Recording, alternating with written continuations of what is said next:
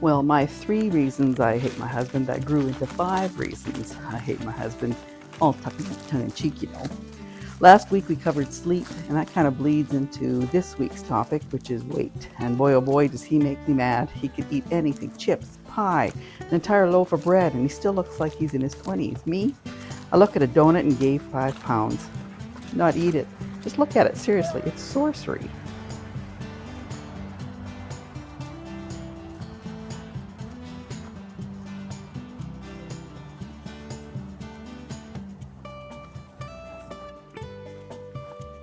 Yep, there he is. There goes his skinny self.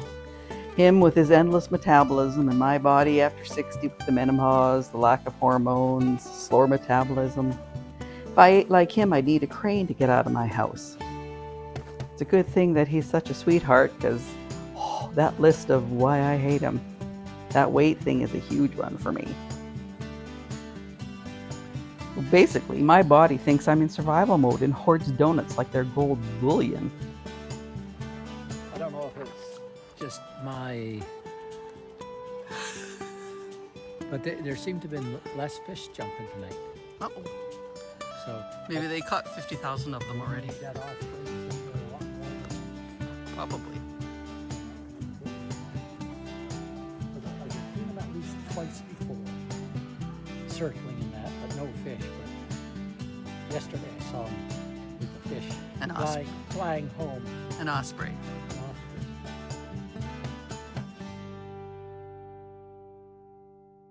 As opposed to the blue heron from last month. I haven't seen the blue herring for a while now. Maybe our decoy worked. Maybe it did.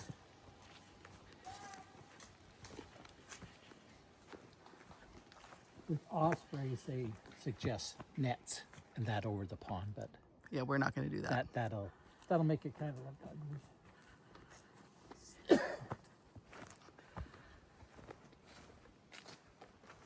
So basically, it's a seafood buffet.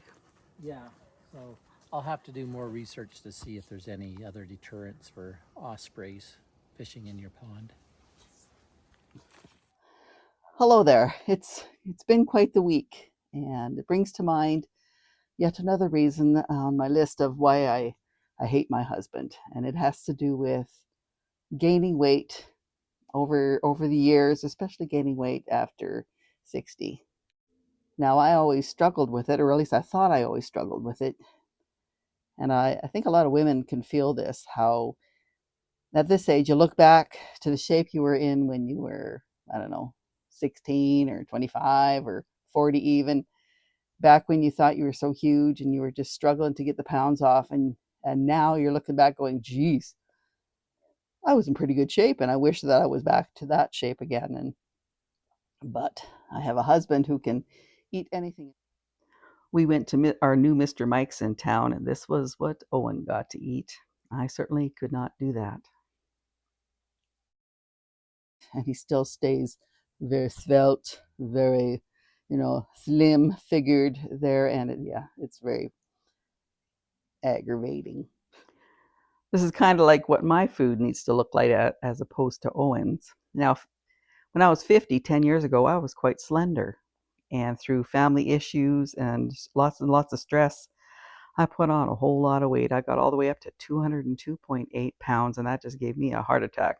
Not really, but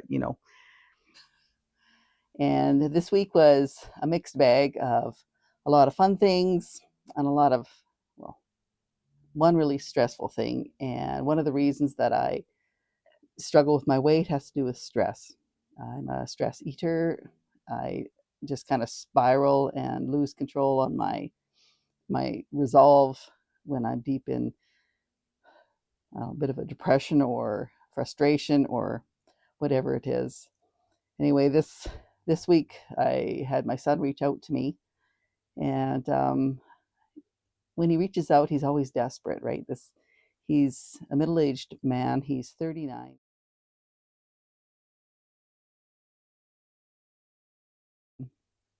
Has difficulties since he was 17 or 16 with drugs and alcohol, and he has made terrible choices his whole life. And every year he disappears for like 10 months, and then he pops his head out like a gopher, and suddenly he's in dire straits and desperate and wanting to, come to our home, wants to roost at our place, wants to work for us, wants to gain our trust back. And it's a yearly thing, and it's very frustrating. And he wanted to come and work for us, and it's like we don't have the money to be hiring a hired hand, right? And what's he going to do? Clean the inside of this house? There's really not much for him to do here. And just past experiences, when he's in my home, he becomes 15 again. And I bet you lots of parents can feel that, where your kids come home and they're not the adults, they're not the 40-year-old. They suddenly revert to being 15 and behaving 15 and expecting the mom or the dad to run, fetch, and carry and cook and clean and do, and they sit around and call their friends or their buddies, or they go out drinking, or they're just not there to help. They're there to kind of use it as a flop house, and that's not what I want. And because of the drugs and stuff, I don't want that chaos in my home around my 9-year-old. So yeah, that's got my stomach just twisting in knots, because whatever choice I make, it will not be the right choice. It will be wrong, whatever I do. And when I was talking to my husband about this, I could just see the look on his face.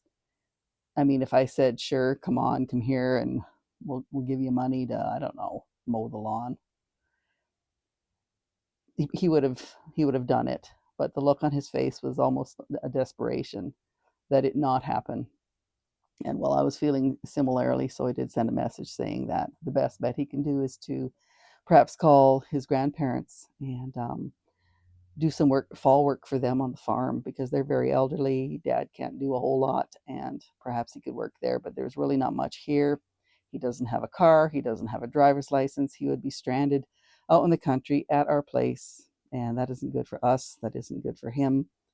And yeah, but either way, you feel kind of gross with that decision as well. So that's what I'm dealing with and struggling with in my efforts to keep the pounds off.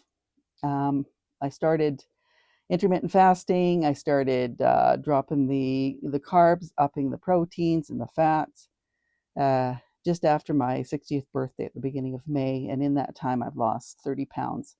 And I'm just so determined not to lose the gains I have made, because, well, everything just affects your health more and more as you get older and older. And I need to look after my mental health, my physical health.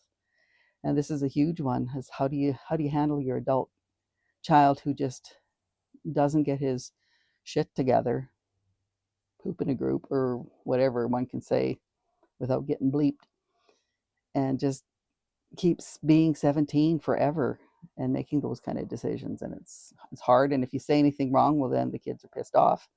And what are you going to do? You lose either way. So I'm taking a break on the deck at our chalet. We're in between guests again, and another family from the city is coming out tomorrow with their kids. And I just washed the floors, and I'm just letting them dry. And I'm just out here relaxing on the deck in the peace and the quiet as I mull and stew and ruminate and all the things that you shouldn't do. And last night I couldn't sleep very well, so then I'm tired, and I'm just kind of in a state. And I'm just not sure how you can, as Owen can do, put it all in a compartment and put it in a shelf in your head. I just haven't figured that out yet, and it's something I need to learn. And if you guys have any ideas or any advice, I would really appreciate it. This past week, we spent a lot of time preparing for the first annual Country Lane Block Party, so we can get to know our neighbors.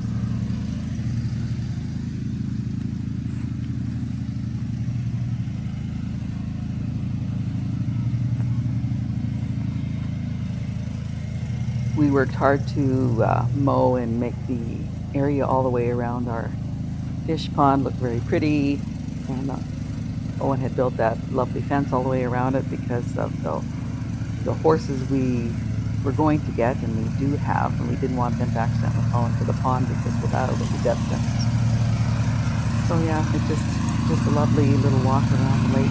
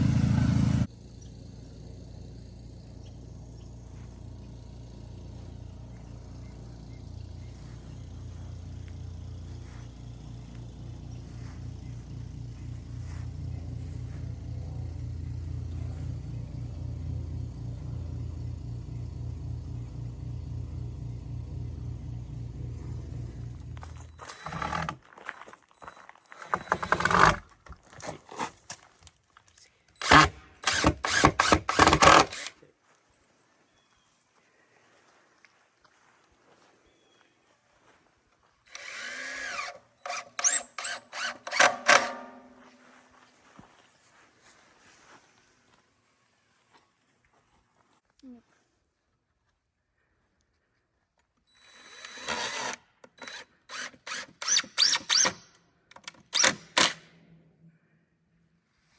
I did it. Now you can do the other one. Next one. Yes.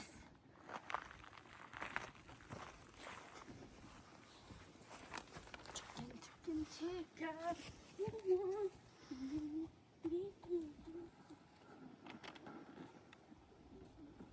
We didn't know who was going to show up, if anybody was going to show up.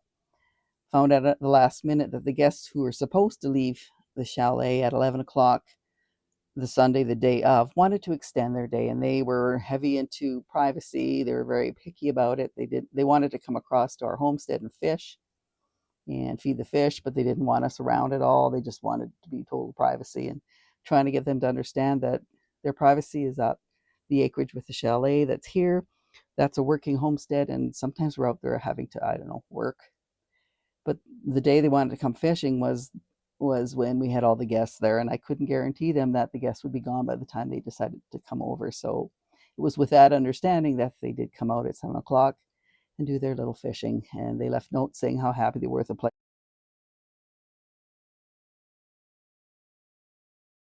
and they wanted to come back. So hopefully we get a good review. If we get any, some people just don't give reviews at all, and that's fine as well. And then I went to check out another horse. His name is Hank. The two horses we have did have injuries in their past. Annie had an injury to her hip way back, so she's no longer a sporting horse or a jumping horse. She became a broodmare and a kid's horse, and that's how we came upon her. Now, Hank was a performance horse as far as roping and such, and he was very, very good, very expensive, and then he hurt his foot. And so they worked hard with him, they rehabbed him a bit, but he's no longer a performance horse. All he can really do is walk. And I told the gentleman who owned him that that's fine with me. All I care about is walking the trails at our place. I'm not looking to race anywhere. And his heart is in this horse, and he just can't. He's not going to keep a horse that's not working because he's a roper and a rodeo guy. And so he'd have to put Hank down. So he was going to just give him to us, and we were just happy with that. So I'm going over. I ride Hank. See, he wants to face me because he thinks he's got something tied to him. And we've done that within I just think it would be a shame to have to put down a beautiful horse like Hank. Just one slip of the foot and a $30,000 horse becomes useless to performance.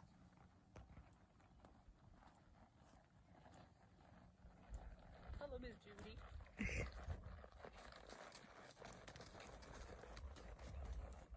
Okay, so now when you're coming, turn and go that way and aim toward that little gray gate. And I'll be doing that a couple more times until he comes here. So that happened.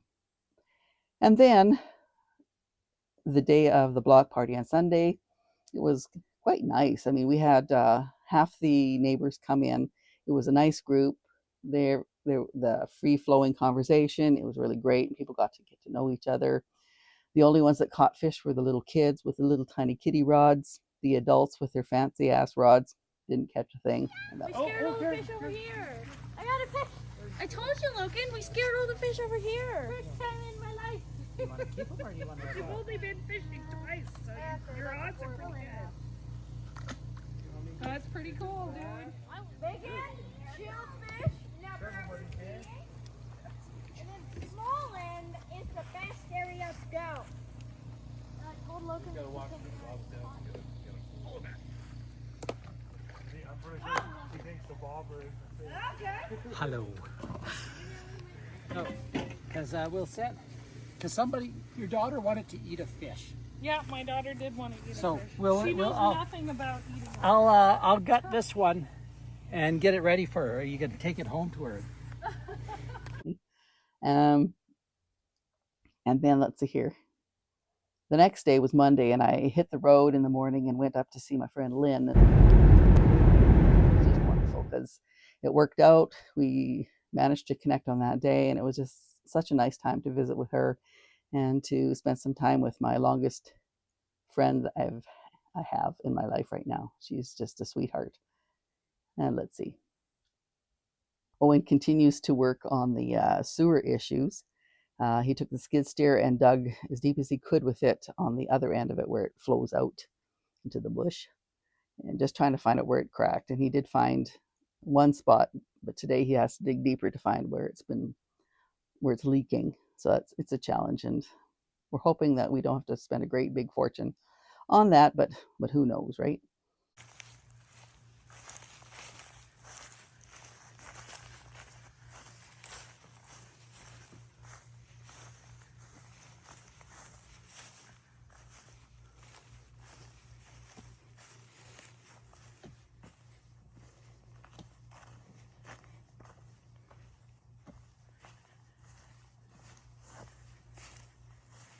Hello.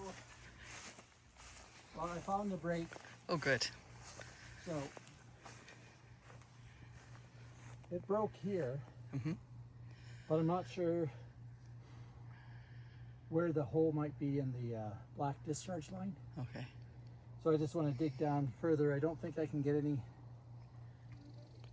deeper with the skid steer because I'm starting to sink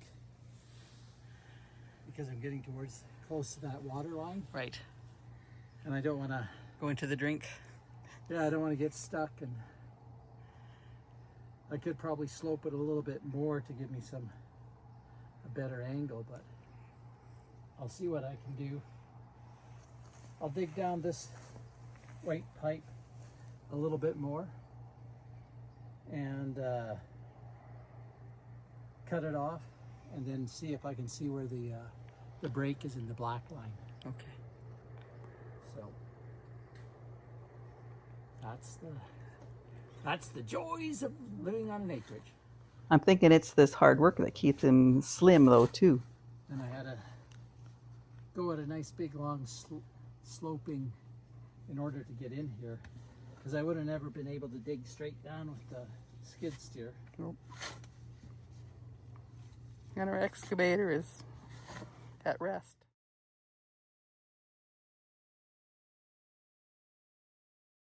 Yeah, still got to get that one fixed. It's on the list. On the list. And let's see.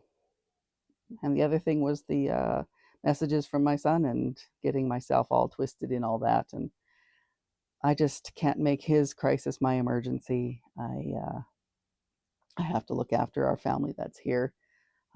My home, this homestead is our sanctuary, and I have to keep the peace here. And other than that, I'm not sure what I can do for my son. I think part of the problem is I've been the soft place for him to fall so often that he doesn't really need to keep on staying with a job or working out his issues with whatever. He just thinks that he can always come to me and flop, and I'll look after him and give him a month or two or three at our house. And I just don't want to do it anymore because it's not good for any of us. And if you have any advice on addiction in the family, that would be great too, because I could sure use it.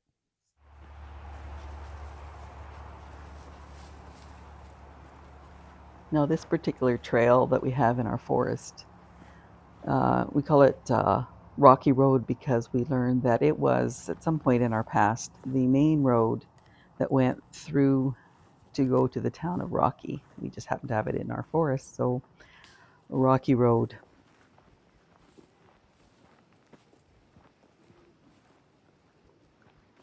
So if you've been stress eating, or if your husband has the metabolism of a hummingbird, welcome to the club. If this has hit home, hit like, subscribe, share your story in the comments, because none of us should feel like we're the only ones dealing with this.